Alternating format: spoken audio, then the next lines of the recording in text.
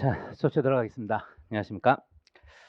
자, 오늘 많이들 시험 보셨는데 낸 분은 별로 없네요. 그래서 나중에라도 좀 내시고 일단 판례들 좀 모르는 것들이 꽤 있을 거예요. 이게 대부분 제가 거의 한 5개년 판례 중에서 중요하다 생각되는 것 등은 전부 다 지금 문제에 넣었거든요. 그래서 미리 좀 틀리시고 미리 좀 연습 좀 하세요. 그래서 요런 식으로 바꿔서 나올 것 같은 것들을 대부분 지금 넣습니다. 그래서 형법하고 형사소송법 다 마찬가지로 지금 이제 진행을 할 거예요. 그리고 사례는 첫날은 제가 어쩔 수 없이 그냥 했는데 그냥 하면 여러분 시험 잘 안 볼 것 같아요. 그래서 오늘 첫날은 그렇다 치고 2회 때부터는요. 그러니까 내일 거 제가 논점을 중요 쟁점을 좀 알려드리도록 하겠습니다. 저도 사례가 이 진도 범위에서만 내려고 그러니까 불가능에 가깝더라고요. 그리고 제가 사례 같은 경우에도 지금 미기출된 거 있죠. 기출이 됐더라도 최소한 5년 이상, 6년 돼가지고 다시 나올 수 있는 것들만 지금 내고 있어요. 그러니까 여러분들이 이런 사례들도 좀 잘 생각하시면서 잘 풀어보시기 바랍니다. 아시는 분은 알겠지만 작년에 어쨌든 뭐 소 뒷걸음질 치건 어쨌건 형법은 거의 한 70%는 맞췄어요. 맞췄고 이제 형소는 작년에 안 했으니까 물론 제가 문제 빌려주고 그랬는데 그 중에서도 나오긴 했습니다만은 여하튼 최대한 또 적중하려고 애를 쓰고 있으니까요. 그렇게 생각하시고 그리고 제가 3회, 6회, 9회, 12회는 제가 직접 채점합니다. 그러니까 많이들 내지 마세요. 직접 채점을 해야 되니까 네, 하루 만에는 역시 다 안 되죠. 그래서 저도 이제 수업 오늘 같은 경우도 지방에서 하다가 지금 막 올라왔는데 어쨌든 최대한 해드리도록 하겠습니다. 그래서 쟁점은 좀 알려드리도록 할게요. 이따 끝날 때. 자, 그리고 선택형도 일단은 뭐 다 해보는 순으로 하겠습니다. 일단 문제 바로 선택형부터 풀도록 하겠습니다. 많이 틀려도 좋으니까 답안 좀 내세요. 이게 그 뭐랄까 자료가 별로 없으니까 이걸 갖고 믿고 할 수가 없어. 원래는 50%에서 한 60% 정도까지 제가 이제 해설하려고 그랬는데 몇 개 빼고는 다 해야 되네. 자, 그래도 1번 문제는 2번 문제랑 뭐 대부분 맞추셨는데요. 예전에 좀 아는 판례들이 들어 있었네요. 자, 1번입니다. 죄형법정주의 옳은 거 나오는데요. 자, 특가법 14조에서 이거 유명한 판례입니다. 18년 판례인데 각종 국가시험에서 다 나온 판례예요.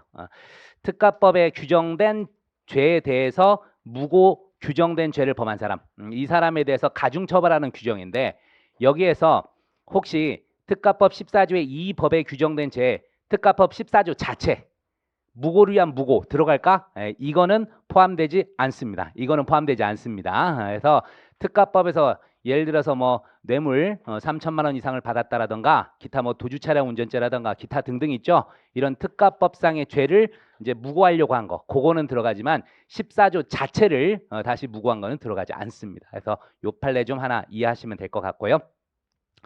그 다음에 B 판례, 요거는 뭐 작년 11월 판례니까 여러분도 익숙하진 않을 것 같은데 한번 읽어볼게요. 피고인이 피해자의 휴대전화로 공포심 불안감을 유발하는 문자 메시지를 반복적으로 전송한 경우라도 피해자의 수신 차단으로 문자 메시지들이 휴대전화 스팸 보관함에 저장돼 있었대요. 언뜻 우리 생각에는 이게 일단 도달하지 않은 것처럼 보이지 않을까 싶은데 우리도 아시다시피 스팸 해제하면 다 들어와 있잖아요.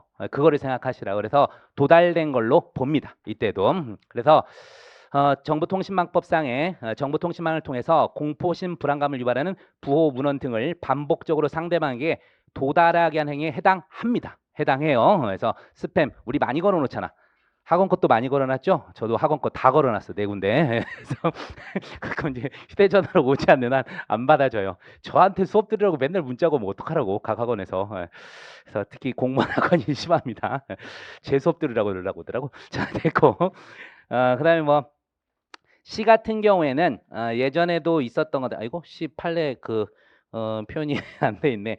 이게 그 조연아 땅콩 조연아가 아니지, 땅콩은 그 김연아죠. 조연아 사건에서 그 회항시켰던 거 있잖아요. 그 사례에서 사실 나왔었던 건데, 자, C 조심하십시오. 이게 이제 법원 행시에서도 직접 나왔던 지문인데요.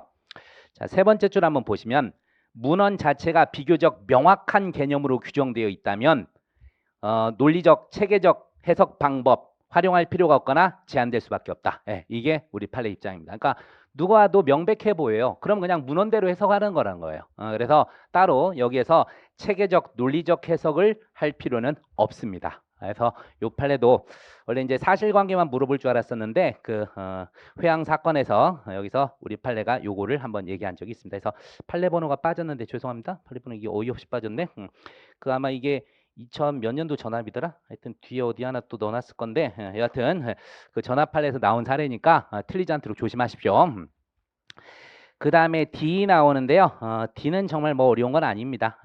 법 자체에서 자체에서 그냥 필요한 당직 의료인 두어야 된다 이렇게만 해놨는데 시행령에서 일정한 배치 기준을 정하고 위반하면 처벌하도록 해놨어요. 상위법에서는 처벌 규정도 없는데 하위법인 시행령 자체에서 처벌 규정을 둡니다. 당연히 무효입니다. 이렇게 되면 그래서 당연히 D의 경우에 무효가 맞고요. 그 다음에 2에서 집시법 판례인데요. 판례가 좀 여러 개 나왔습니다. 집시법 관련해 가지고 질서유지선 효용 침해로 집시법 위반죄는 그 대상인 집시법에 해당하는 질서유지선이 집시법 13조에 따라 적법하게 설정된 경우뿐 아니라 위법하게 설정된 집시법상 질서유지선에 대해서도 위와 같은 효용을 해치는 행위를 하였다면 위 죄를 구성한다 하는데 상식으로 생각하십시오. 위법하게 설정된 선을 갖다가 이거 침범했다 그래서 집시법 위반으로 처벌할 수는 없지요. 상식선에서 생각하시면 되겠습니다. 그래서 전부 다 최신 판례를 좀 넣어놨으니까 알아두시기 바랍니다. 여러분 전부 다 이거 모르면은 그냥 틀리기 좋아요. 근데 여러분들이 다행히 좀 잘 맞췄네요. 상식선에서. 자, 그 다음에 2번 문제로 바로 가봅니다. 옳은 거.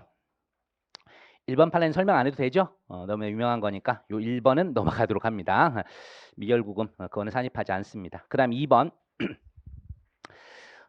의료법 쭉 나오는데 요것도 최신 판례죠? 나름 저 작년 5월 판례인데 의료법 19조는 의료인은 이 법이나 다른 법령에 특별히 규정된 외에는 이런 거 비밀 누설하거나 발표하지 못한다 이렇게 돼 있는데 자, 쭉 보면 형벌법규 해석에 관한 일반적 법리 등등등 비춰봤을 때 이 다른 사람이 있죠.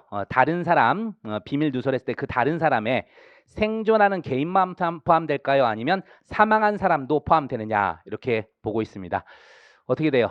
당연히 사망한 사람도 포함됩니다. 예전에 우리 이것도 제가 기억나는 개인정보보호법인가 거기에서도 비밀에서 생존하는 타인도 들어갔었습니다. 그래서 그거랑 같은 취지니까 이해 좀 해두시면 되겠습니다. 그래서 생존하는 개인 이외에 이미 사망한 사람도 포함된다고 봐야 됩니다. 포함된다. 비밀에서는 마찬가지고. 그 다음에 3번 이거 문제도 냈죠. 사례수도 같이 냈었던 건데요. 요건 좀 알아두시면 좋겠습니다. 우리가 올해 우리 2차였던가요? 거기에서도 모고에서도 나왔었던 문제이기도 합니다. 우리가 음주운전은 도교법상의 도로가 아니어도 상관이 없죠. 그죠? 그래서 지네 집 앞 마당에서 했어도 음주운전이에요. 하지만 무면허 운전은 도로법상의 도로여야 됩니다. 그죠? 그래서 3번에 나와 있는 것처럼 일반 교통권이 미치는 공공성 있는 장소가 아니라 특정인이나 그와 관련된 용건 있는 사람만 사용할 수 있고 자체적으로 관리되는 곳이라면 도로법상 도로가 아니에요. 도교법상. 그래서 무면허 운전 처벌할 수 없다. 요건 아마 나올 가능성이 상당히 높다. 잘 외우시고요. 자, 그 다음에 그래서 답으로 만들어 놨네요. 그 다음 4번. 이건 예전부터 알던 거라 생각하고요. 저기 공정거래법 이게 즉시고발 사건이죠. 그래서 즉고발 사건에 고소 주관적 불가분 원칙은 준용하지 않습니다. 준용하게 되면 유추해석 금지 원칙에 위배되게 되는 거고요. 대신에 이 즉시고발 사건에 고소의 객관적 불가분 원칙은 어떻게 합니까? 준용합니까? 안 합니까? 합니다. 아시겠죠? 왜냐하면 주관적 불가분 원칙은 명문에 규정이 있을 때만 돼요. 그래서 친고죄만 규정이 있으니까 되지 반의사불벌죄 준용을 안 해요.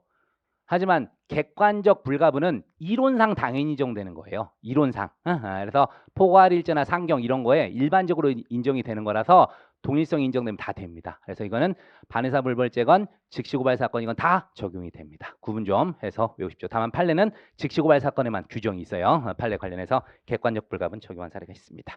틀리지 않도록 유의하시고 그 다음에 뭐 5번에서 이런 거 피고인에게 유리한 거를 제한적으로 유추 적용하게 되면 불리해지죠. 그래서 당연히 허용되지 않습니다. 그래서 틀린 지문이에요. 소추 조건 일단 불리하게 해석해서는 안 됩니다. 소추 조건도 넘어가죠. 옛날부터 있던 거라서 됐고 3번을 많이 틀렸네.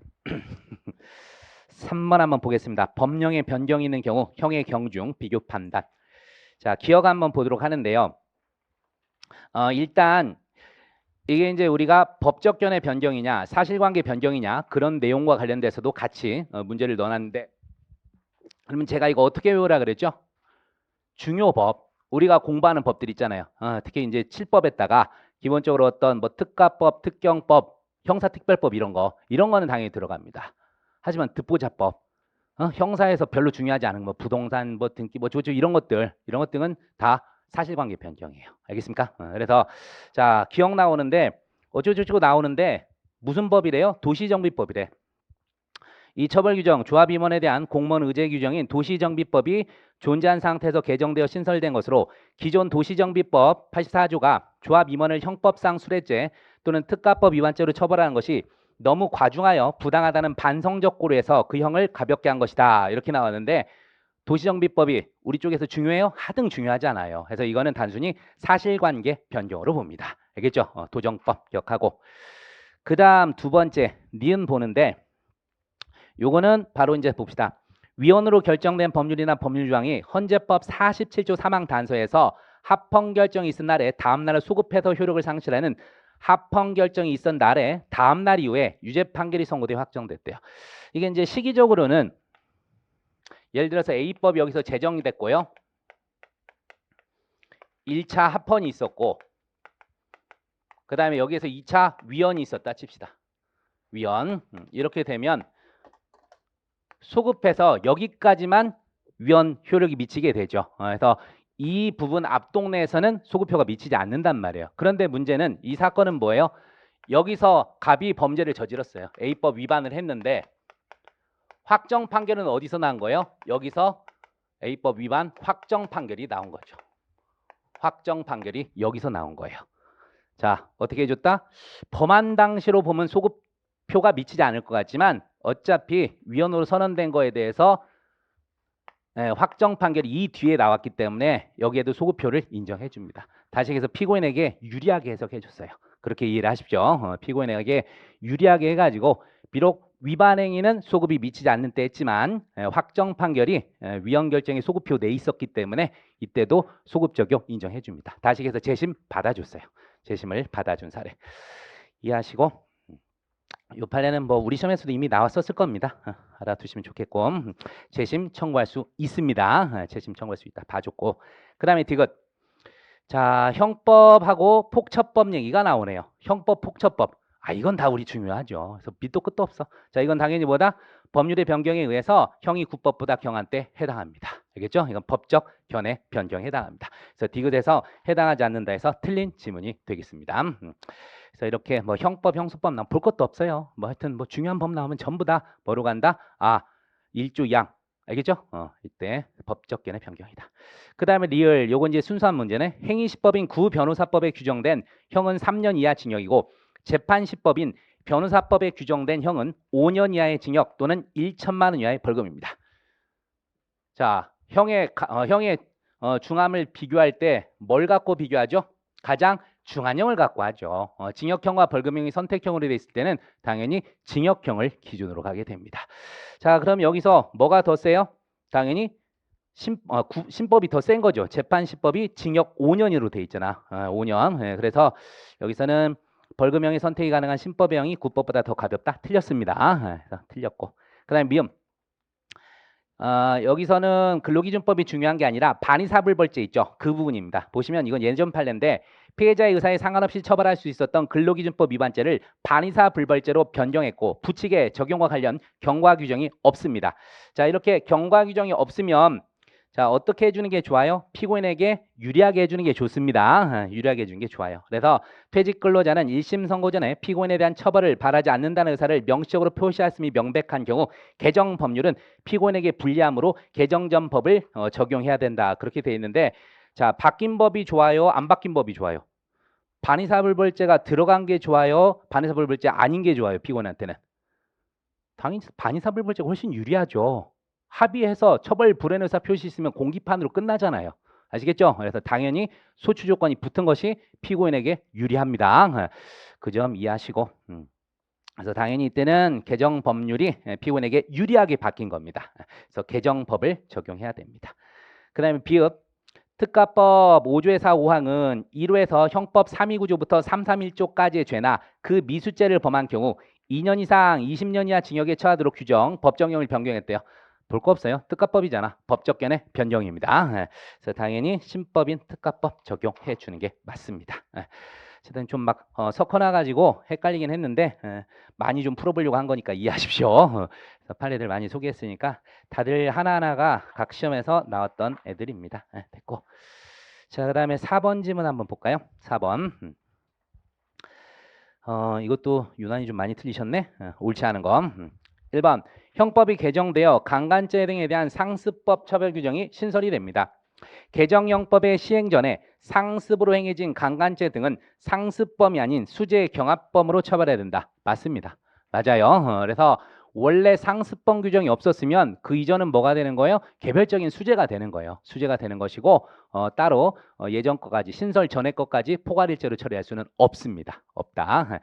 그래서 해설도 같이 좀 참조하시면 되겠고 이건 2016년 판례입니다.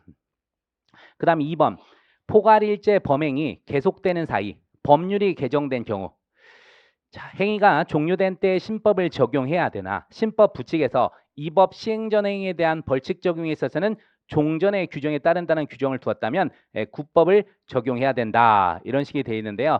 자, 포괄일죄 도중에는요. 법이 변경되면 그냥 어떻게 되죠? 종료 시에 시행되고 있는 법으로 가요. 부칙하고 전혀 상관이 없습니다. 알겠습니까? 그래서 이것 때문에 해서 여러분이 많이 틀렸구나. 헷갈리지 마세요. 헷갈리지 마시고 이거는 포괄일죄 말고 일반 어떤 법이 개정될 때 구법은 그러니까 예전 행위는 구법에 따라 그리고 이제 시행 후 행위는 뭐 신법에 따라 뭐 이렇게 그런 부칙이 있다면 거기에 따라야 됩니다. 그래서 포괄일죄에서는 이렇게 가면 안 됩니다. 포괄일죄는 그냥 해설 보세요. 우리가 너무나 익숙하잖아. 신고법의 법정에 대한 경중 비교할 필요 없어요. 알겠어요? 법정 비교할 필요 없이 범죄 행위 실효 종료 시의 법이라 할 수 있는 신법을 적용해서 포괄일죄로 처리합니다. 틀릴만 했구나. 좀 교묘하게 넣어놓긴 했네. 설령 이게 헷갈리더라도 딴 거 봅시다. 3번 형법 1조 1항에서 말하는 행위시란 범죄 행위의 종료 시를 의미한다. 맞잖아요. 맞고 그 다음에 4번 범죄 후 법률의 변경에 의해 형이 구법보다 경한 때는 신법을 적용해야 되는데 신법의 경과 규정을 두어 신법의 적용을 배제할 수 있다. 이게 이제 일반적인 법 얘기를 하는 겁니다. 그 다음 5번 범죄 시와 재판 사이에 여러 번 법이 개정되어 형이 변경됐대요. 이때는 어떻게 해요? 가장 경한 거 갑니다. 가장 경한 거 갑니다.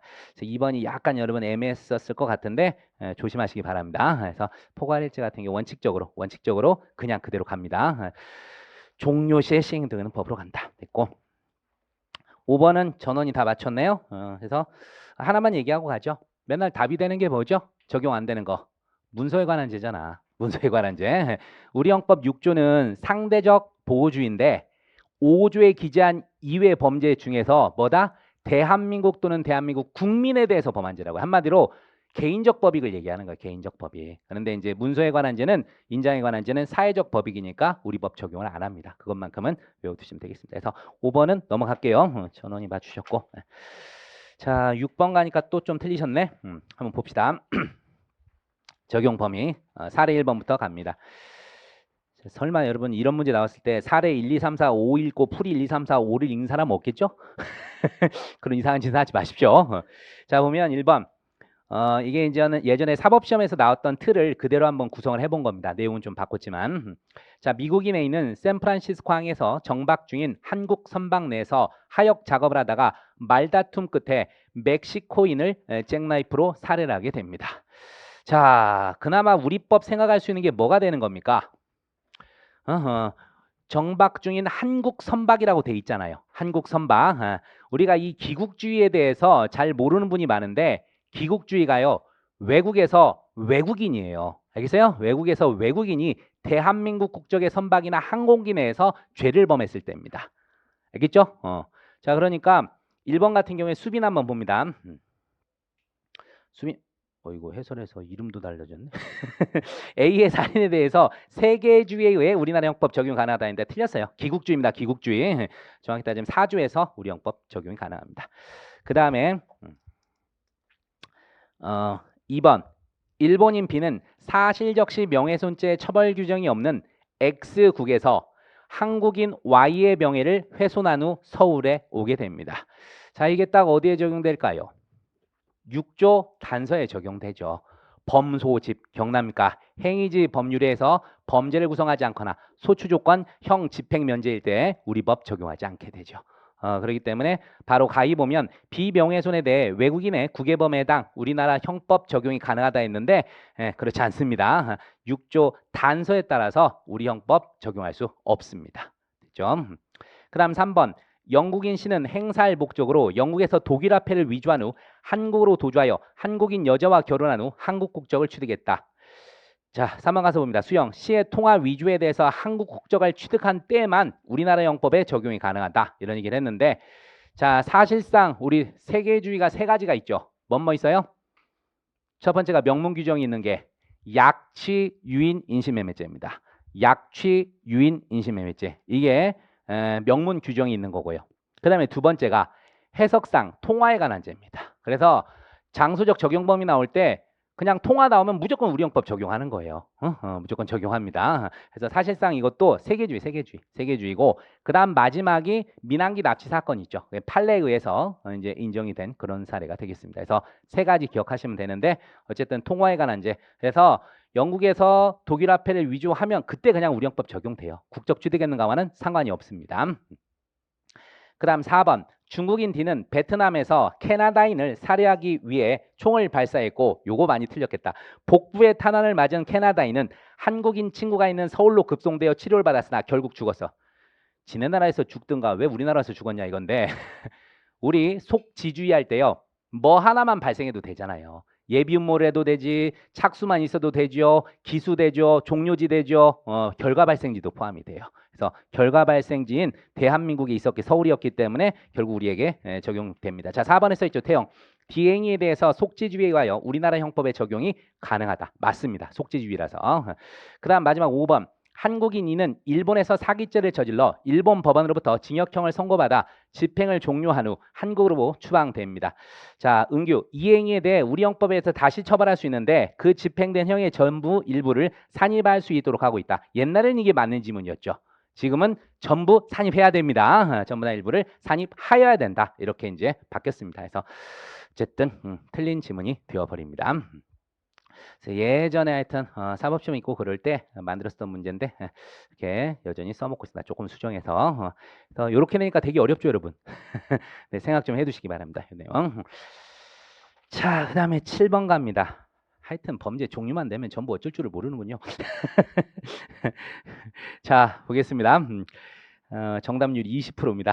가장 최저네, 최저. 자, 한번 보는데요. 위헌범. 이번 우리 그 모고에도 나오고 그랬었는데요. 여러분 구체적 위헌범 하면 기본적으로 뭐 하셔야 돼요? 뭐 하셔야 돼? 구체적 위헌범.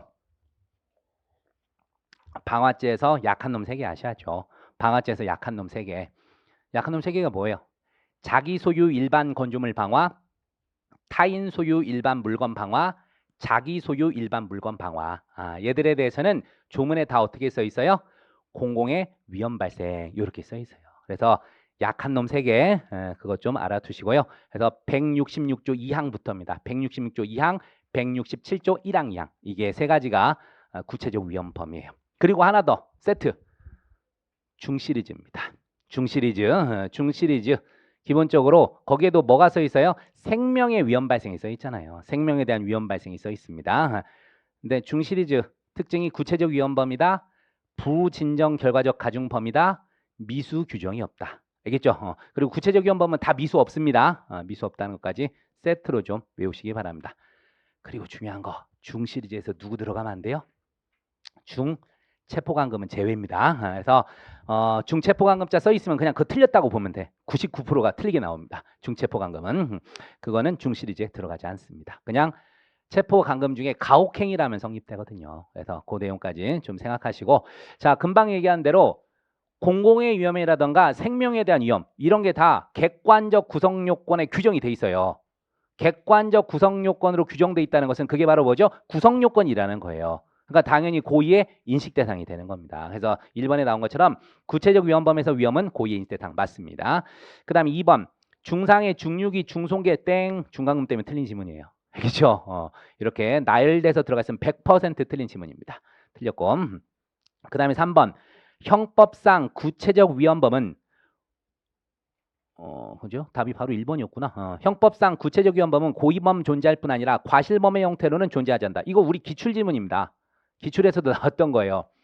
실화죄를 생각하시면 돼요. 실화죄. 센 놈 3개에 대한 실화죄는 그대로 추상적 위헌범이고요. 약한 놈 3개에 대한 실화죄 구체적 위헌범이에요. 그래서 과실로 자기 소유 일반 건조물을 방화했더라도 뭐가 발생해야 돼요? 공공의 위험이 발생해야 돼요. 알겠습니까? 그래서 이건 사법시험에서도 2번 나왔었던 지문이고요. 우리도 기출이 된 지문입니다. 그래서 구체적 위헌범 이건 추상적 위헌범. 실제 지문에서는 구체적 위헌범은 뭐다? 그러니까 이거 그대로 나왔었구나. 고의범뿐 아니라 과실범의 형태로도 존재한다. 이런 식으로 나왔거든요. 근데 제가 일부러 살짝 바꿨어요. 존재하지 않는다 했는데 존재합니다. 그래서 방화죄 동네를 그래서 외워두면 참 좋아요. 알겠죠? 센 놈 3개에 대한 고의 방화건 과실 실화건 추상적 위헌범. 약한 놈 3개는 고의범이건 과실범이건 구체적 위헌범. 외워두시면 되겠습니다. 자, 그 다음 4번. 추상적 위헌범은 형법의 법익 보호 기능과 책임 원칙을 충실히 수행한다. 자, 추상적 위헌범은 구체적 위험이 아니라 추상적 위험만 발생해도 처벌하잖아요. 그러니까 법익 보호 기능은 아주 좋죠. 하지만 책임주의 원칙엔 좀 어긋나죠. 너무 심하잖아.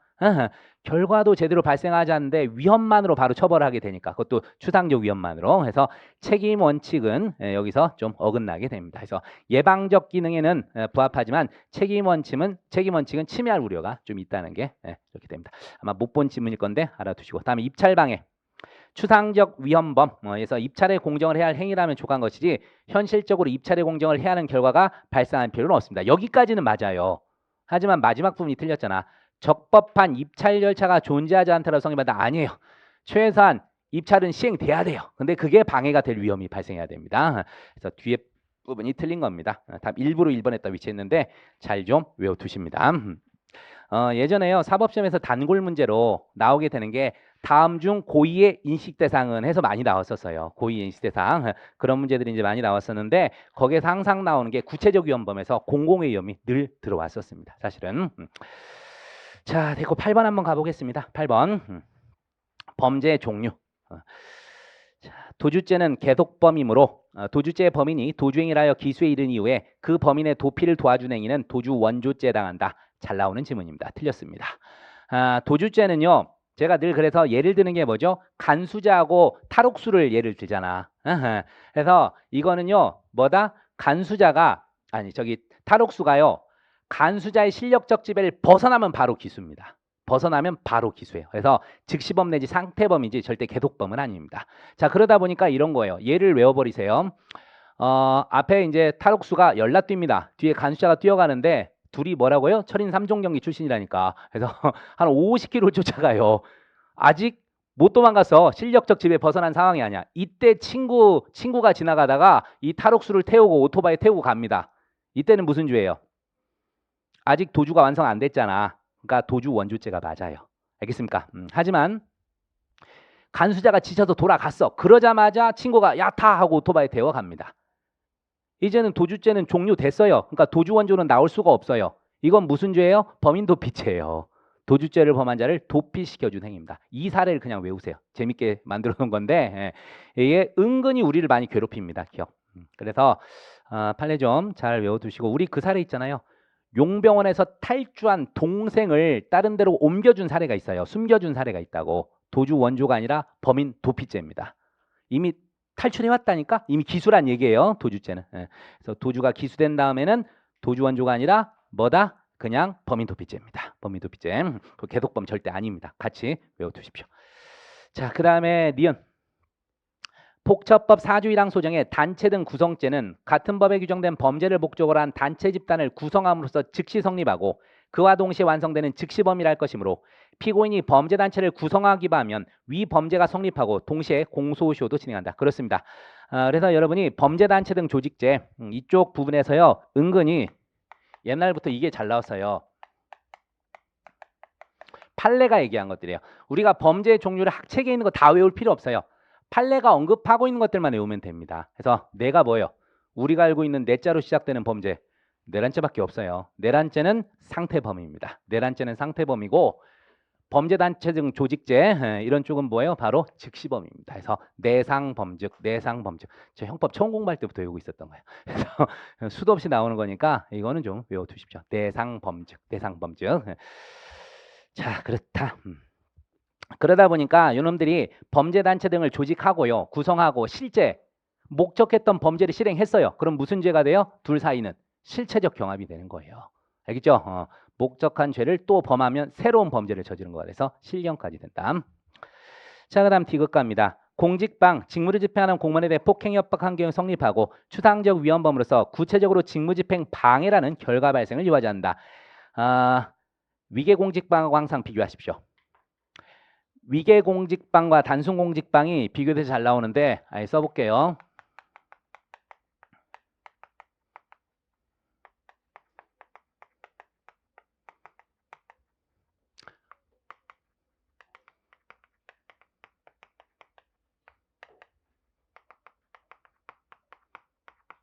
사실 둘 다 추상적 위헌범이에요. 단순공직방에서는 둘 다 유하지 않습니다. 하지만 위계공직방에서는요, 방해 결과도 필요하고 그러다 보니까 직무방해 의사도 필요해요. 이게 비교돼서 늘 나와요. 그래서 아예 외우셔야 됩니다. 요거는. 그래서 추상적 위헌범이면서 결과범인 애들이 한 세 가지가 있어요. 그 중에 제일 잘 나온 애가 바로 얘예요. 위계공직방. 그래서 추상적 위헌범인데 공무집행 방해 결과가 발생해야 돼요. 알겠어요? 차이점을 이렇게 해보세요. 단순공직방은 직접 공무원이 얻어맞잖아. 협박 당하잖아요. 눈에 보여요. 그렇기 때문에 실제 직무집행이 방해되거나 이런 걸 요하지 않습니다. 하지만 위계공직방은 눈에 안 보여요. 얻어맞는지 어쩐지 이런 눈에 안 보여. 그래서 실제 직무집행의 방해 결과가 필요하고 방해 의사까지도 필요하다고 봅니다. 그 점을 이해하세요. 유형력 행사가 있다 없다. 그렇게 비교해서 좀 외우시면 되겠습니다. 기억하세요? 저 뒤에서 이거 또 내놨어요. 또 틀릴 거예요, 여러분. 그때는 손을 딱 들고 한 대 치세요. 그래서 시험장에서 잊지 마시고. 자, 봅니다. 자, 넘어가시고. 그래서 D급 맞는 지문이에요. 그 다음에 리얼. 일반교통방해죄. 이거는 더더욱 중요한 게 작년에 이 교통방해 관해서 판례가 아예 추상적 위헌범이라고 얘기를 해줘 버려요. 아예. 그래서 우리 모고에서도 이번에 나왔었던 겁니다. 모고에서 이 교통방해가 직접 나온 거예요. 그래서 추상적 위헌범으로 교통이 불가능 현저히 곤란한 상태가 발생하면 바로 기수가 되고 교통방해 결과가 현실적으로 발생한 것은 아닙니다. 또한 일반 교통방해에서 교통방해 행위는 계속범의 성질을 가집니다. 그래서 이게 어떻게 나오냐면요. 공동정범 얘기가 나와요. 그래서 교통방해가 계속되는 상황에서 알면서 가담을 해요. 뭐가 돼버려요? 공동정범이 돼요. 승계적 공동정범입니다. 따지면. 그래서 그것까지 연결됩니다. 그래서 계속범이라서 알면서 뒤에 가담 안 해도 공동정범이 된다는 점. 그죠? 우리가 즉시범 상태범은 언제까지 공범 성립이 가능하다? 기수 이전까지. 하지만 계속범은 기수 이후 종료 전까지. 그때까지도 성립이 가능합니다. 그거까지 연결해서 내는 문제 정리하면 되겠고요. 그 다음에 미음입니다. 내란죄 바로 얘기했잖아요. 쭉 보면 한 지방에 평온을 해야 할 정도의 폭행 협박을 하면 기수에 이르지만 목적 달성 여부와 관계없이 한 지방에 평온을 해야 할 정도의 폭행 협박이 하는 한 가벌적 위법행위가 계속 반복되고 있는 계속범이라고 합니다. 틀렸어요. 내상범죄 외워서 버리세요. 내상범죄. 자, 범죄 종류 찾아오느라 힘들었습니다. 판례 있는 거 찾다가 이런 것 등은 좀 외워두시면 좋겠습니다. 7번, 8번 여러분이 많이 약한 것들이에요. 이런 것들 대비 좀 하셨으면 좋겠습니다. 그 다음에 양벌 규정 한번 가볼까요? 양벌 규정 옳지 않은 거 1번. 조세범 처벌법 6조는 조세에 관한 범칙 행위에 대하여는 원칙적으로 국세청장 등의 고발을 기다려 논하도록 규정하고 있는데 고발의 구비 여부는 양벌 규정에 의하여 처벌받는 자연인인 행위자와 범인에 대해 개별적으로 논해야 된다. 이런 말이 나오는데 여기서 여러분이 아셔야 될 게 아까 제가 얘기했잖아요. 즉시고발 사건 고소의 주관적 불가분은 즉 적용돼야 안 돼. 안 된다니까. 그러니까 따로따로 논해야 돼요. 여기서도. 알겠죠? 만약에 친고죄야. 근데 양벌 규정에 따라 같이 처벌돼. 그럼 어떻게 돼요? 하나만 고발 조치가 있으면 같이 되는 거예요. 하나만 고소가 있으면. 이해돼요? 그래서 고소의 주관적 불가분원체 이게 어디에 반의사불벌죄나 직고발 사건에는 적용되지 않습니다. 그러다 보니까 개별적으로 다 고발이 필요하다는 점. 이게 친고죄라면 한 명만 고소해도 돼요. 저는 해서 효력이 미치게 됩니다. 아마 저작권법 사례가 있을 거예요. 판례 중에. 바로 2번에 나오잖아요. 저작권법상 친고죄의 경우에도 행위자의 범죄에 대한 고소가 있으면 족하고 나아가 양벌 규정에 의하여 처벌받는 자에 대해 별도의 고소를 요한다고 할 수는 없다. 알겠죠? 이게 고소의 주관적 불가분원칙 때문에 그렇게 되는 겁니다. 그 다음 3번. 법인의 직원, 사용인이 위반 행위를 하여 양벌 규정에 의해 법인이 처벌받는 경우. 자, 항상 아시다시피 직접 법률을 위반한 사람 처벌하는 근거와 양벌 규정에 따라 법인 또는 사용자가 처벌되는 근거가 서로 다릅니다. 다르다는 거. 그래서 위반 행위란 직원, 사용인이 자수한 것만으로는 법인에게 자수 감경이 적용될 여지가 없지요. 알겠죠? 그래서 실제 위반 행위자는 법규 위반이에요. 거기에 대한 책임이고 법인이나 사용주는 뭐 때문에 처벌된다? 평상시에 이에 대해서 선임감독상의 책임을 다하지 못한 거죠. 그래서 전혀 다른 거예요. 법적 근거가. 그래서 따로따로 갈 수밖에 없다. 그 다음에 4번. 법인이 설립되기 이전의 행위에 대하여도 특별한 규정이 없는 한 법인이 설립되기 이전에 자연인이 하는 행위에 대해 양벌 규정을 적용 법인을 처벌할 수 있다고 봄이 타당하다. 설마요. 작년 8월 판례인데요. 그렇지 않습니다. 그래서 해설에도 보시면 알겠지만 언더라인 해놨죠. 법인이 설립되기 이전에 어떤 자연인이 한 행위의 효과가 설립 후 법인에게 당연히 귀속된다고 보기 어려울 뿐 아니라 하면서 쭉 이제 그런 얘기가 나옵니다. 그래서 책임 자체가 달라요. 생각해봐요. 요놈 위반 행위를 했었을 때 법인은 없었어요. 그 당시에 선임감독상의 의무를 다할 만한 법인이 존재하지도 않았는데 어떻게 처벌합니까? 알겠죠? 그래서 요 판례도 틀리지 않도록 최신 판례니까 외우시면 되겠습니다. 요새 양벌 규정 관련해서 잘 없다가 판례가 몇 개가 좀 나왔어요. 근자에. 그래서 나올 가능성이 높습니다. 역시 5번 판례도 2017년 판례입니다. 조금 복잡하긴 한데 자 한번 따라와 보십시오. 구건축법은 같은 법 11조 1항에 의한 허가를 받지 아니하고 건축물을 건축한 건축주를 처벌한다고 규정하고 같은 법 112조 4항은 양벌 규정으로 개인의 대리인 사용인 그 밖의 종업원이 그 개인의 업무에 관하여 107조부터 111조까지 규정에 따른 위반 행위라면 행위자를 벌할 뿐 아니라 그 개인에게도 해당 조문에 벌금형을 과한다. 이렇게 돼 있어요. 이 개인은 기본적으로 뭐예요? 건축주 정도 되는 거예요. 건축주 정도 되는 그 개인이에요. 실제 위반 행위자 말고요. 자, 그러다 보니까 법인격 없는 사단에 고용된 사람이 위반 행위를 하였더라도 법인격 없는 사단의 구성원 개개인이 위 법 112조에서 정한 개인의 지위에 있다 하여 그를 처벌할 수는 없다. 이 사실관계가 교회였거든요. 교회 이제 뭐 관리하는 장로님인가가 법 위반 행위를 했어요. 근데 이 교회 장로님도 뭐예요? 총회, 총유관계 개인은 맞잖아요. 총회에 포함된 각각 사람이라고.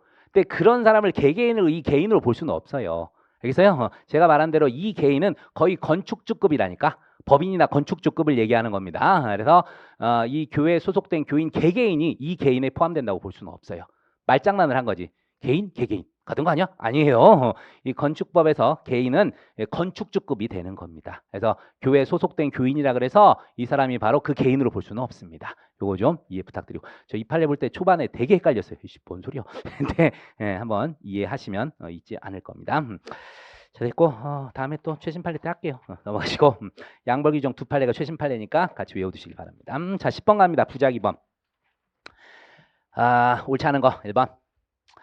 이거는 필수 암기 판례죠. 근데 아마 오늘도 제가 부작위범 안 넣으려다가 한번 넣어놓긴 했어요. 판례가 하나 있어서 부작위범 지겹게 나왔어요. 그래서 더 이상 부작위범 나올 논점은 사실은 없습니다. 다 내버렸고 최근에 한 5년 내에 다 나와버렸어요. 그런데 혹시 몰라서 업무방해 하나 넣어놓은 거고 그건 좀 하나 외우라고 했던 것뿐입니다. 그래서 이 판례는 필수 암기 판례 넘어가시고 그다음에 2번 여기서도 우리 쭉 뭐 세월호 사건 때도 맞고 다 나왔던 일반론 얘기하고 있어요. 법익 침해 결과 발생을 방지할 법적 자기의무를 지고 있는 자가 의무를 이행함으로써 결과 발생 쉽게 방지할 수 있었음에도 불구하고 결과 발생을 용인 방하는 채 그 의무를 이행하지 않은 경우. 그래서 미필적 고려도 가능하고요. 또 이제 부작위의 동치성 얘기가 쭉 나오고 있습니다. 그래서 이런 거고 그다음에 3번이 오늘 나왔던 그 사례수도 낸 문제입니다. 요거 때문에 낸 건데요. 부작위한 업무방해 안 됐어요. 근데 항상 케이스에서 여러분들 중요한 게 뭐죠? 이 부작위범, 부진정 부작위범의 요건 간단해서 우리가 구북의 보행 이 5가지를 외우고 있잖아요. 여기서는 뭐 때문에 날라갔어요? 안 되는 거 갔어요? 구북의 보행 중에 힌트 주잖아. 구북의 보행 중에 행위정형의 동가치성이 없어요. 이 부작위를 위력으로 평가할 수가 없었어요. 알겠습니까? 위력으로 평가할 수가 없었어. 오늘 뭐 공부했던 사람은 알겠지만 대부분 그건 틀렸겠네. 그러면 쟤들 표정들이 안 좋은 거 보니까 다 고개를 이제 끄덕끄덕 하고 있는 거 보니까 그래서 마지막 부분 행위정형의 동가치성 거기서 탈락입니다. 사실 이 문제는 그래요. 그래서 부작위한 업무 방해한 경우 해당한다. 틀렸고 그다음에 4번 5번 넘어가겠습니다. 넘어가시고 5번 참 부작위범에 대한 교사방조는 가능해요. 여러분 일부러 제가 편하게 써뒀어. 부작위범에 대하여도 자기에 의한 교사방조 이렇게 써놨는데 실제 지문은 그냥 어떻게 써요? 부작위범에 대한 교사방조는 가능하다. 이런 식으로 나와요. 맞는 지문이요. 하지만 부작위에 의한 교사는 그건 불가능합니다. 하지만 부작위에 의한 방조는 가능하죠. 써볼까? 이건 아예 말로 써놓고 가겠습니다.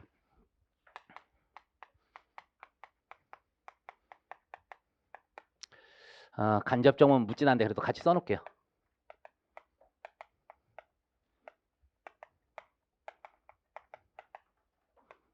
자, 불가능합니다.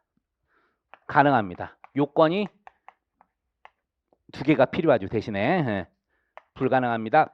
가능합니다. 물론 여기서도 뭐가 필요해요? 보증인 지위 필요합니다. 필요하고. 자, 이거 두 개 요건이 뭐예요? 부작위한 공동정범 또는 부작위범의 공동정범. 공통된 의무가 부과되어 있고 공통으로 의무 이행이 가능할 때입니다. 알겠어요? 그래서 공통된 의무 부과, 공통으로 의무 이행이 가능할 것. 그래서 부작위한 공동정범 또는 부작위범의 공동정범 거기서 나오는 거죠. 외우시고 근데 부작위범에 대한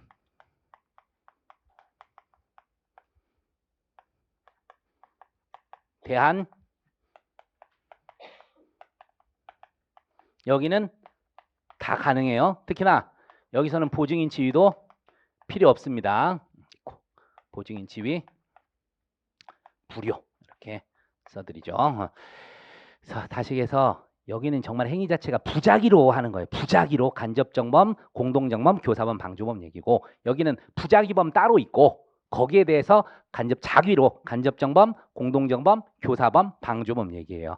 당연히 가능합니다. 여기는. 그래서 이런 한 지문씩 나오는 게 우리가 힘들잖아. 이런 거 아예 이해되더라는데 일단 외워놓으세요. 외워놓고 그냥 푸시기 바랍니다. 안 그러면 시험장 가서 생각하면 시간이 많이 가요. 그래서 이거를 아예 정리해 드리겠습니다. 자, 넘어갑니다. 넘어가시고 11번 옳은 거.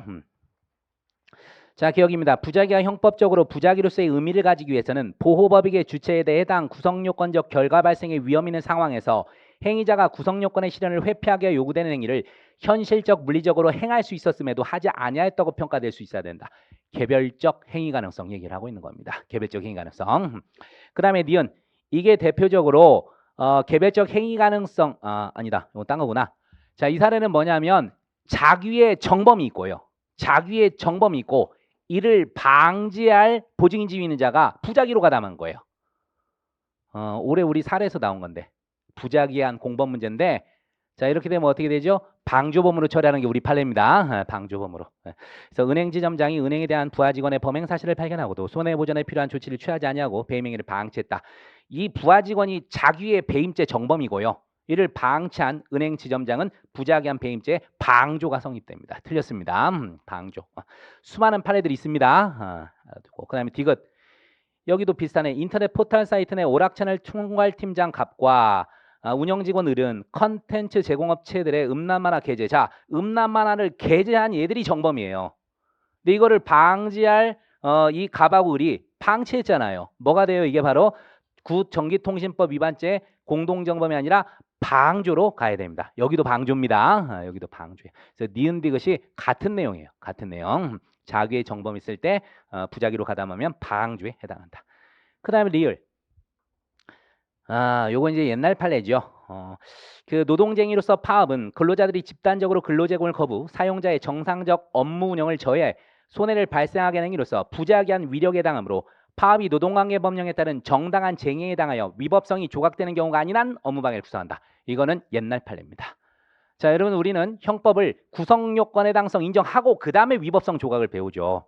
근데 예전에 우리 판례가 어떻게 했다고? 위법성이 조각되지 않는 한 구성해당성 인정. 이런 식으로 거꾸로 판단한 거예요. 그래가지고 전원합의체 판결을 통해서 이제 바꾼 겁니다. 알겠죠? 그래서 위력에 해당하는지부터 판단하고 해당해서 업무방해 되면 이제 노동관계조정법상 법령에 의한 정당행위 해당하는지를 이제 검토하는 거예요.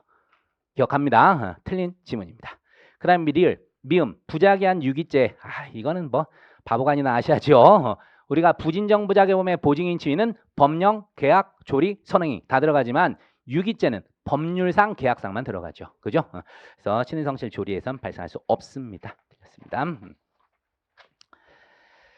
12번 같은 경우에는 뭐 별로 어려운 내용이 아니어서 시간 관계상 넘어가도록 합니다.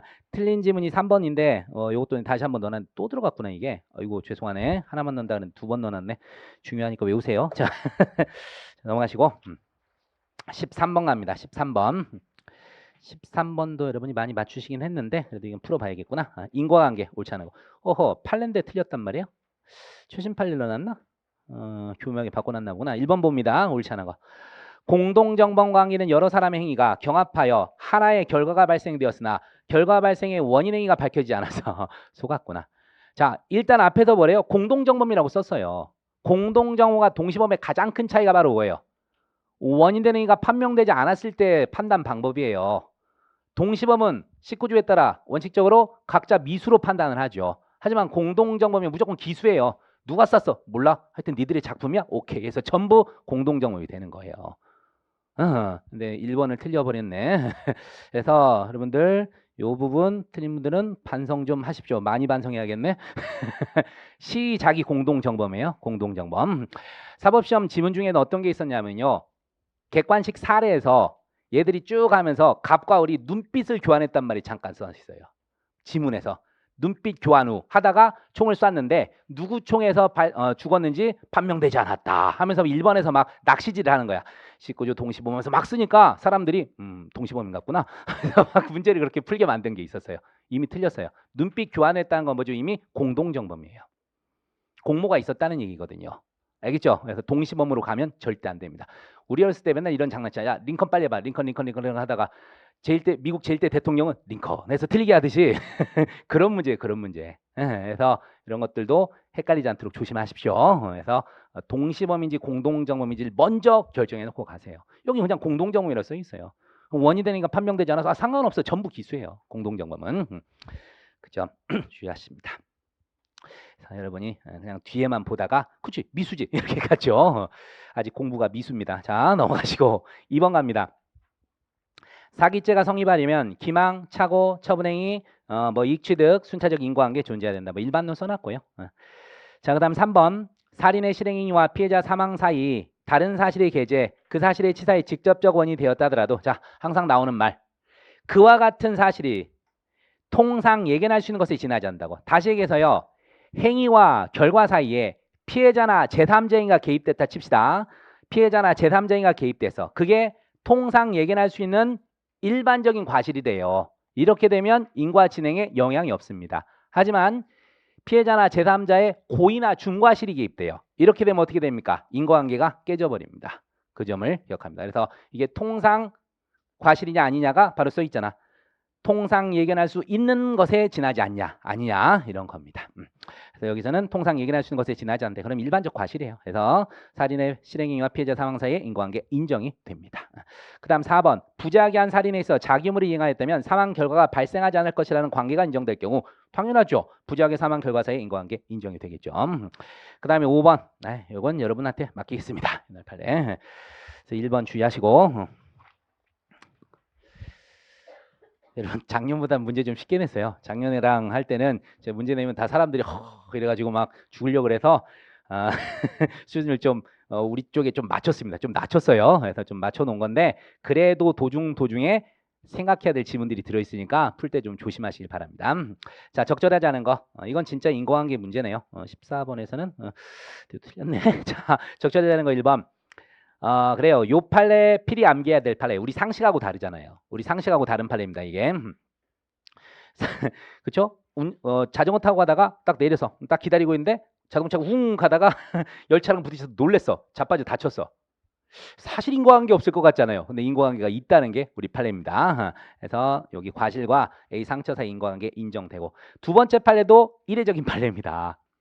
우리가 상식적으로 하도급을 맡기면 당연히 도급인도 책임을 져야 될 거 아니에요. 그런데 여기서는 책임을 안 져요. 그래서 특이한 판례라고. 읽어보면 초지주성공사를 도급받은 수급인 갑이 불경운 작업 외에 하도급을 을에게 준 이후 계속해서 작업을 감독도 안 했거든요. 을이 살림실화를 낸 경우 수급인 갑이 감독하지 않은 잘못과 살림실화 사이에 인과관계가 없다는 게 우리 판례 입장입니다. 그래서 1번, 2번 판례는 모르면 틀리기 좋은 판례. 그래서 같이 넣어놓은 거니까 외워두셔야 되겠습니다. 일반적 판례 우리가 잘 알잖아. 이게 민사상 책임은 질지언정 형법상 과실 책임은 없어요. 그렇게 외우시고 그다음 3번. 자, 요건 뭐 안전거리 미준수 뭐 나오게 되는데 운전하던 차가 이미 정차했으나 뒤쫓아오던 차가 추돌하는 바람에 갑이 앞차를 충돌해서 사고가 발생합니다. 자, 비록 갑이라는 사람이 정차할 때 안전거리 미확보를 하긴 했어. 하지만 이 안전거리 확보 규정이 정지돼 있을 때 뒤차 박았을 때 앞차 박지 말라는 거예요? 전혀 상관없죠. 이런 걸 뭐라 부르죠? 규범의 보호 목적 범위 박사건 이렇게 얘기합니다. 그래서 규범의 보호 목적 관련성 이론 이런 말 하게 되는데 비록 과실은 있었지만 이 사람이 위반한 법규가 보호하는 범위를 넘어서서 발생한 거예요. 그렇기 때문에 이 택시 운전사 갑의 과실은 없는 걸로 봅니다. 그러니까 과실은 있지만 인과관계가 없어요. 과실과 이 사고 발생 사이에 인과관계가 없다고 보는 사람입니다. 그래서 규범의 보호 목적 관련성 이론 거기서 나오는 겁니다. 이게 뭐랑 비슷하죠? 이 사람이 과속을 한 잘못은 있어요. 과속은 한 잘못이 있는데 이 과속과 전혀 상관없이 사고가 났잖아. 옆에서 막 오토바이가 막 5차선을 대각선으로 질주하다가 받았다고. 금지된 좌회전을 하는 바람에 받았다고 저 차를. 자, 이랬을 때는 과속한 과실은 있지만 이 사고 발생 사이에 뭐가 없는 거예요? 인과관계가 없는 거예요. 이때도 규범의 보호 목적 관련성 이론 요런 말 하게 됩니다. 알아두시고 그다음에 4번은 넘어가도 되죠? 4번, 5번은 넘어가겠습니다. 유명한 판례들이니까. 자, 15번 고의 범위 옳지 않은 거. 확실히 여러분이 이런 동네는 좀 약하군요. 약해요.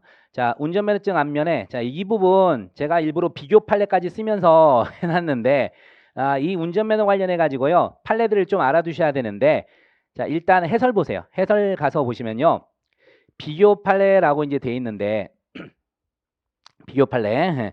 자, 면허증에 그 유효기간과 적성검사를 받지 아니하면 면허가 취소된다는 사실이 기재되어 있고 자, 이 사람 뭐라고 돼 있어요? 이미 적성검사 미필로 면허가 취소된 전력이 있죠. 이 사람은 바로 뭐예요? 유효기간 5년 이상 지나도록 적성검사를 받지 않은 채 자동차 운전하면 자, 무슨 죄입니까? 일단 무면허 운전입니다. 무면허 운전. 무면허 운전죄에 대해서 고의 인정합니다. 재범이잖아.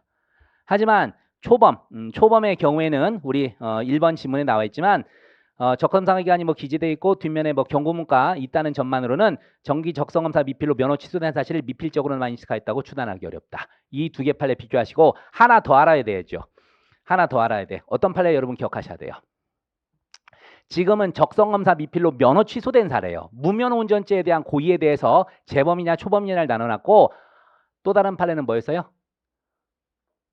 그냥 적성검사 미필 자체예요. 적성검사를 받지 아니한 거.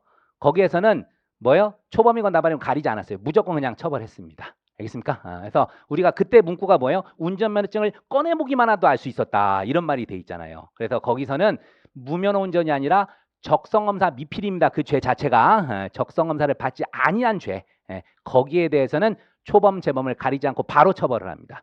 그래서 판례 세 가지가 있으니까 구별 잘하세요. 무면허 운전에 대해서는 재범이냐 초범이냐를 나눠요. 무면허 운전. 면허 취소로 인한. 근데 그냥 적성검사를 받지 아니한 죄 자체에 대해서는 운전면허를 꺼내어 보기만 하더라도 알았기 때문에 바로 초범이더라도 고의를 인정했습니다. 판례 세 가지 정리하시면 되겠습니다. 그것 때문에 한번 했고 자, 그다음에 2번. 이건 저도 익숙하지 않네요. 올해 5월 판례구나.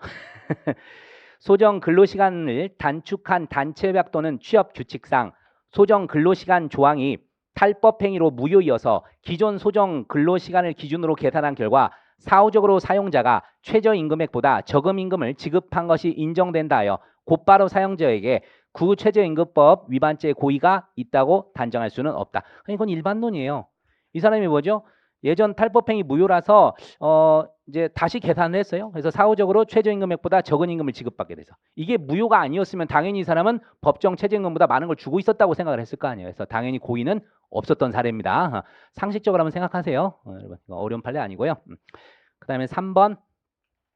채무자가 차용 원리금을 변제 공탁한 것을 채권자가 아무런 이의 없이 수령하고도 담보물에 대한 경매 절차에 대해 손을 쓰지 않은 바람에 타인에게 경락되게 하고 경락잔금까지 받아갔대.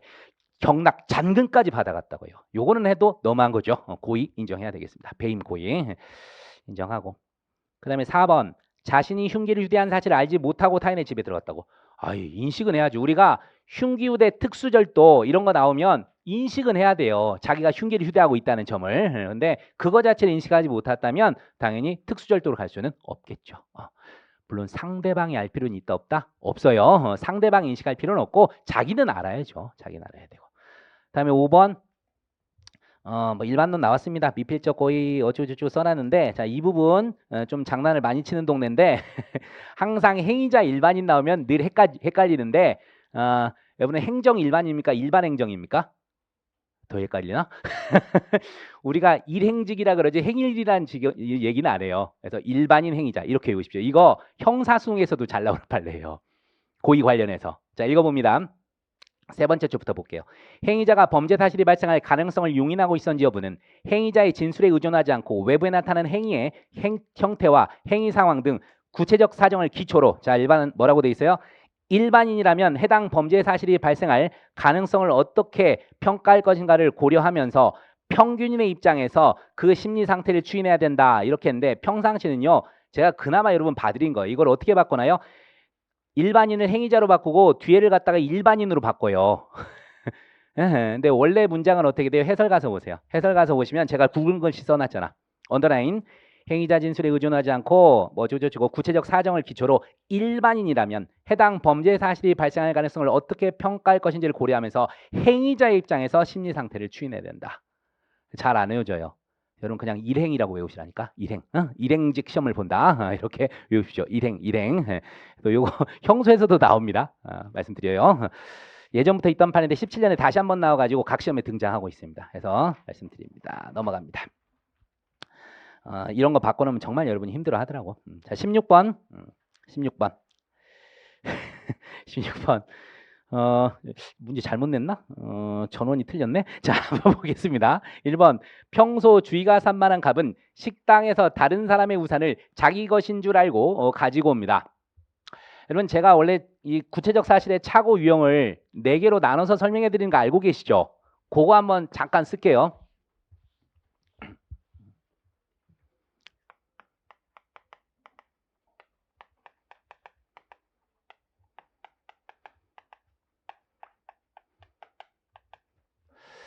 자, 구체적 사실의 착오는요. 일반 유형이 이제 인식 사실, 범죄 사실 놓고 갈게요. 발생 사실이지.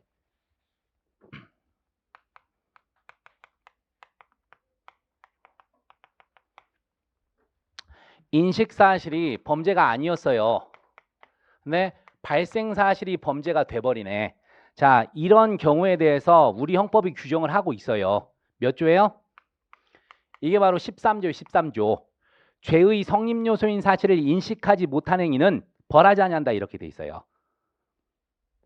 한마디로 뭐예요? 객관적 구성 요건 요소를 인식하지 않았다니까요. 고의가 없어요. 그러니까 뭐로 갈 수 있어요? 그나마 과실범으로 처리합니다. 그래서 아무 말도 없이 구성 요건적 착오하면 인류형을 얘기하는 거예요. 바로 이거잖아요. 쥐건 줄 알았어요. 자, 절도죄에서 객체가 뭐죠? 타인 소유, 타인 점유의 재물이잖아. 근데 재물의 타인성 자체에 대해 인식이 없어요. 객관적 구성 요건 요소를 인식하지 못한 거예요. 그렇기 때문에 13조에 따라 고의 조각, 과실범 가는데 과실절도 있어 없어? 없죠. 그래서 무죄가 되는 겁니다. 그다음에 두 번째. 두 번째. 요거지. 반대로.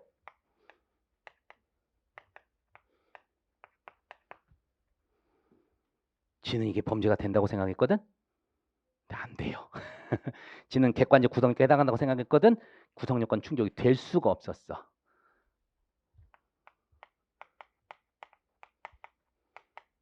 반전된 구성요건적 착오 이렇게 얘기를 하는데 자, 이게 바로 뭐예요? 불능미수 문제예요. 실행의 수단, 대상의 착오로 인해서 결과 발생이 불가능하더라도 위험성이 있으면 처벌하게 되는 불능미수 사례예요. 지는 살아있는 사람인 줄 알고 살인죄가 된다고 생각하고 총을 팡 쐈어. 하하하 했는데 어떻게 돼요? 이미 죽은 사람이야. 아니면 A를 닮은 인형이었던가 이런 경우를 얘기하는 거예요. 독약으로 충분히 죽일 수 있다고 독약을 먹였어. 기절하니까 죽였다 생각했는데 이게 뭐예요? 강력한 그냥 수면제였을 뿐이야. 뭐 이런 경우를 얘기하는 거죠. 알겠죠? 그래서 반전된 구성요건적 착오. 알겠어요? 그리고 요 사례 기억하는데 형법에서요. 유일하게 반전된 착오로서 피고인에게 불이익하게 되는 게 이거예요. 기본적으로 반전된 착오는 전부 불가버려요. 대부분. 반전된 금지착오. 한마디로 그게 뭐죠? 환각범이에요. 반전된 금지착오는 환각범이에요. 애초에 그런 죄가 존재하지 않아. 동성애가 죄예요? 아니에요. 근데 동성애가 죄라고 생각하고 그냥 나간 거야. 이건 불가벌이에요. 불가벌. 하지만 불능미수 사례는 뭐냐면 지가 인식한 게 구성요건으로 존재는 해요. 아까 말한 대로 뭐요? 자기는 살인을 하려고 그랬어. 살인죄 구성요건 존재하잖아. 근데 실행에 수단 대상의 착오로 결과 발생이 불가능한 경우가 불능미수입니다. 그렇죠? 그래서 반전된 착오 중에 유일하게 피고인에게 불이익하게 되는 거예요. 불리하게 되는 거. 예전 사시지문에서는 나왔었던 지문입니다. 그래서 다음 착오 중 피고인에게 불이익한 착오는 이렇게 나와요. 유일하게 그게 뭐라? 바로 요거예요. 원래대로 하면 이거 처벌하면 돼요? 안 돼요? 원래 처벌하면 안 돼요. 이거 주관주의 범죄론에 따라서 처벌하는 거예요. 애초에 결과 발생이 불가능한데 어떻게 처벌합니까? 그런데 이 범죄 의사 이것 때문에 위험성 생각해서 처벌하는 게 불능미수란 말이에요. 이해하세요? 자, 그 다음 세 번째. 아까 쓰려다가 만 거. 사실적시 명예훼손, 허위사실적시 명예훼손. 보통살인, 존속살해. 촉탁승낙살인, 보통살인. 이런 것 등을 얘기하게 됩니다. 이런 것 등인데 몇 조에 있어요? 이건 우리 많이 써먹잖아. 기억나죠? 15조 1항. 특별히 중한죄가 되는 사실을 인식하지 못한 행위는 중한형으로 벌하지 아니한다. 이렇게 되어 있습니다. 어떻게 처리해요? 경제로 처벌을 합니다. 참 잘 나오죠. 이거는 15조 1항. 그 다음 마지막 사유형이 얘도 범죄고 얘도 범죄인데 서로 불일치하는 거예요. 물론 3유형 제외입니다. 3유형 제외하고. 자, 이랬을 때 조문이 없어요. 그래서 여기에서 이제 나오게 되는 게 구성요건적 착오 이론이 적용이 되는 거예요. 여기에서. 그래서 어느 정도 부합할 때 얘가 원래 인식했던 고의를 발생 사실에 전용을 시킬 수 있냐 이런 문제가 등장하게 됩니다. 그래서 구체적 부합설, 법정적 부합설, 추상적 부합설이 여기서 등장해요. 근데 우리는 그냥 구성요건적 착오하면 무조건 1위 가잖아. 아니에요. 1, 2, 3용이 원칙이에요. 조문이 있으니까. 없는 것만 이쪽으로 가야 되는 거예요.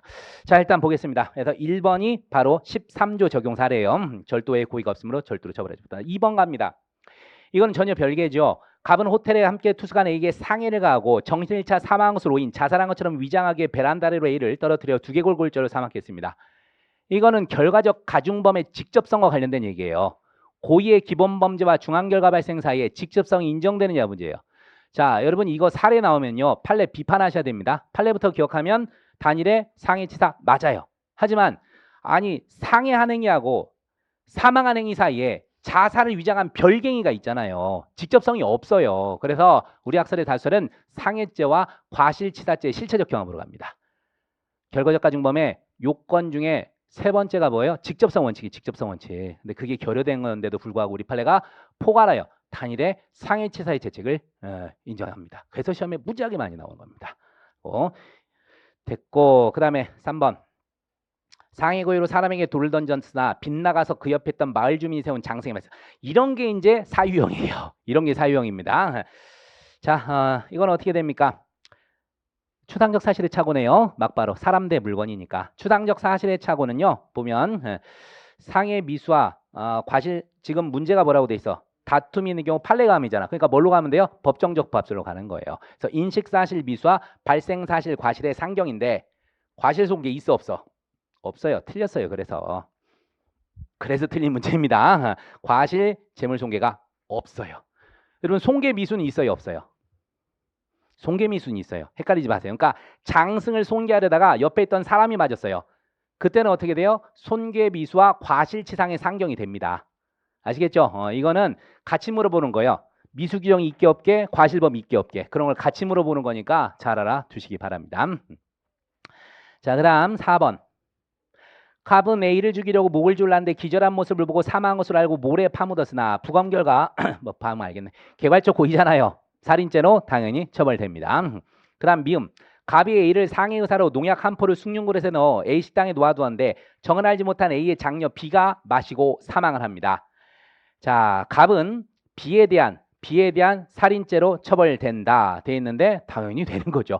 여러분 이 사례가 구체적 사실의 착오 중에 구체적 사실의 착오예요, 추상적 사실의 착오예요? 아니, 잘못 얘기했다. 객체 착오예요, 방법의 착오예요? 객체 착오예요, 방법의 착오예요? 이거 의외로 대답 못하는데 이거 방법의 착오입니다, 여러분. 방법의 착오예요. 근데 판례가 법정적 법설이라서 차이가 없었을 뿐이에요. 이거 구체적 법설로 물어보면 전혀 달라집니다. A에 대한 살인 미수와 B에 대한 과실치사의 상상적 경합이 돼버려요. 방법의 착오입니다. 요거 물어보면 잘 대답을 못해요. 방법의 착오.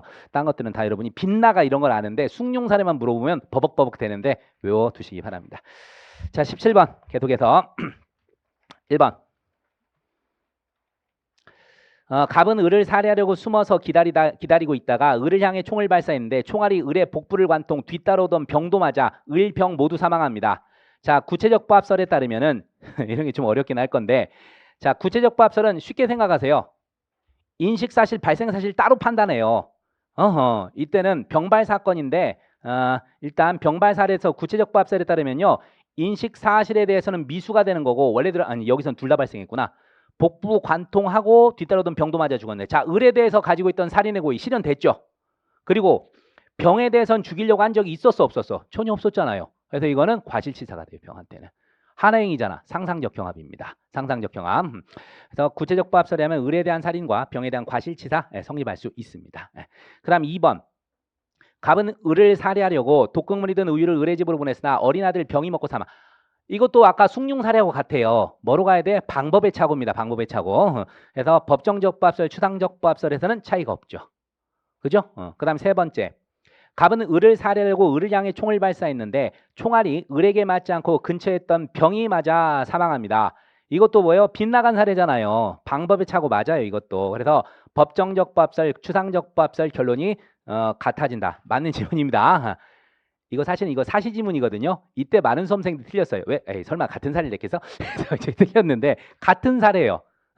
이거 방법의 착오 똑같은 사례입니다. 방법의 착오 똑같은 사례. 그 다음 4번. 갑은 을의 골동품인 고려청자를 깨뜨리기 위해 총을 발사했는데 빗나가 을이 맞아 중상을 입습니다. 자, 이건 뭡니까? 추상적 사실의 착오잖아요. 그리고 아까도 제가 잠깐 얘기했는데 이거는 구체적 부합설하고 법정적 부합설은 차이가 없죠. 하지만 어디는 차이가 나죠? 추상적 부합설은 좀 특이하게 가죠. 자, 우리가 구체적 부합설, 법정적 부합설은 추상적 사실의 착오에 대해서 어떻게 해결하죠? 인식 사실 미수와 발생 사실 과실의 상상적 경합으로 처리합니다. 이에 반해서 추상적 부합설은 희한하게 가죠. 경제는 무조건 고의를 갖춰줘요. 경제 기술을 만들어. 그래서 첫 번째가 경제 고의로 중죄를 실현합니다. 이렇게 되면 경제 기수와 과실 중죄의 상경을 인정하죠. 나중에 찾아보시고요. 그 다음에 반대로 중죄 고의로 경제를 실현합니다. 중죄 고의 경제 실현. 이때는 중죄 미수, 경제 기수의 상상적 경합을 하죠. 일단 무조건 경제는 기수로 만들어줘요. 추상적 부합설에 할 때. 그래서 한 번씩 생각해 보시고 찾아보시면 되겠습니다. 그리고 오늘 진도 내에 들었으니까 아시겠지, 설마. 그래서 결론이 다릅니다. 이걸 많이 틀렸네요, 여러분. 자, 그 다음 5번. 갑은 을을 살해하고 숨어서 기다리고 있다 지나가던 병을 을로 잘못 알고 총을 발사, 살해한 경우. 자, 어쨌든 이건 뭐죠? 객체착오예요. 어느 학설에 따르더라도 똑같습니다. 객체착오라서. 구체적 사실의 적용 객체착오 됐습니다.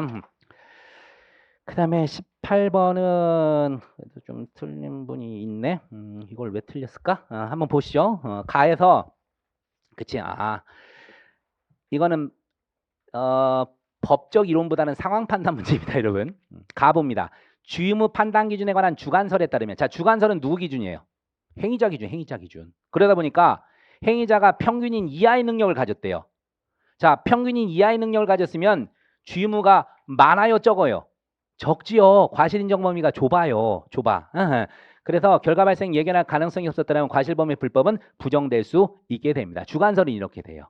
주관설은.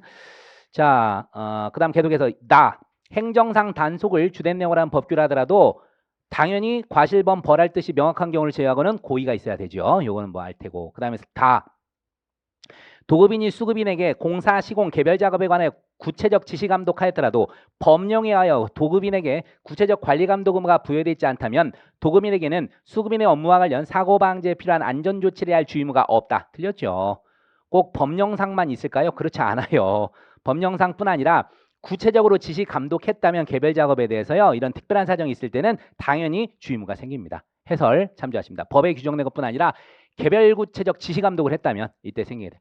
우리 도급인의 책임에서 민법에서도 그거 있잖아요. 민법에서도 비슷한 조문이 아예 있잖아요. 도급인의 담보 책임에서. 알아두시고 그다음에 라 인식 있는 과실은 결과 발생을 인식한 경우이므로 인식을 결한 경우에는 인식 없는 과실보다 비난 가능성의 정도가 중하여 현행법상 아니지.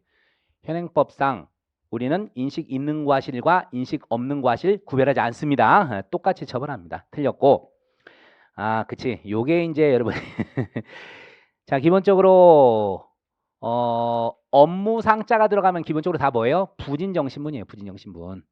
부진정신문인데 형법에서요. 업무상자가 들어갔음에도 불구하고 진정신분인 것이 두 가지가 있죠. 그게 뭡니까? 두 가지가 있는 게. 여기 하나 있잖아. 업무상 과실작물죄하고 업무상 비밀누설죄예요. 업무상 과실작물, 업무상 비밀누설입니다. 다시 얘기해서 단순 과실 작물이 있다 없다? 없다는 얘기예요. 업무상 과실과 중과실 작물 취득만 있어요. 알겠죠? 그러다 보니까 업무상이 진정신분이 되는 거예요. 비밀누설도 다시 얘기해서 뭐예요? 일반 비밀누설은 처벌 규정이 없어요. 업무상 비밀누설만 처벌이 있습니다. 그 점 외워두시면 되겠습니다. 그래서 많은 업무상 과실 작물 취득은 업무상 과실에 의하여 단순 과실 작물 취득과 형이 가중 틀렸습니다. 가중이 아니라 이건 일반적 구성 요건이에요. 진정신분이 되는 거고. 그 다음에 피해자 승낙은 과실범의 경우 위법성 조각사유가 되지않는다.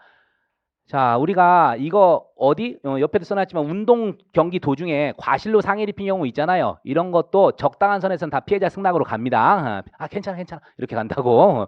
그래서 당연히 위법성 조각될 수 있습니다. 이게 익숙하지가 않아서 여러분이 좀 틀렸을 가능성이 높은 것 같네요.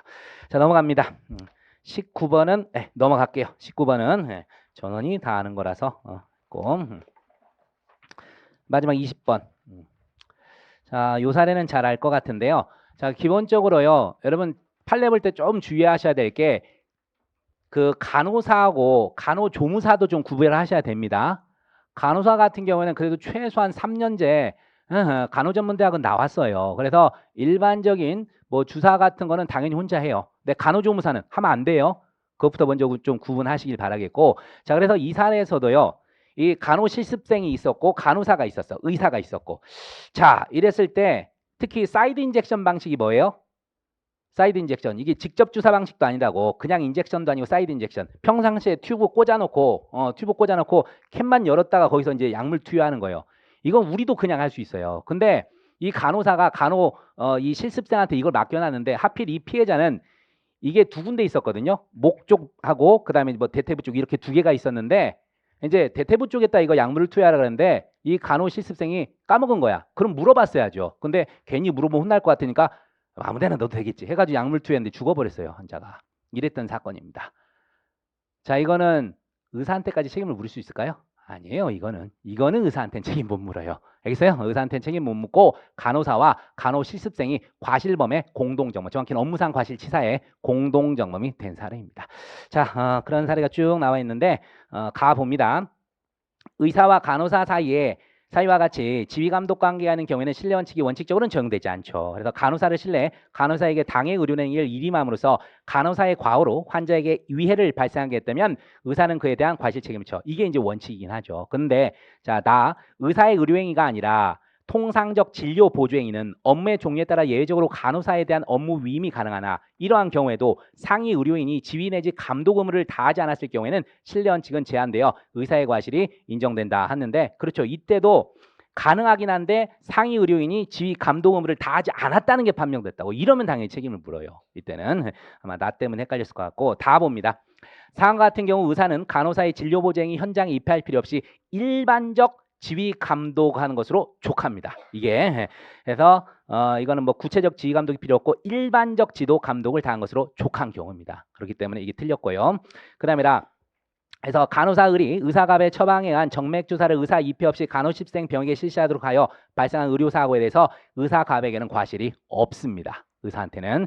그리고 마지막 간호사들과 실습생 병이 업무상 과실사에 이거 또 틀렸네. 공동정범입니다. 지시하고 거기다 따라서 한 거기 때문에 동시범위 아닙니다.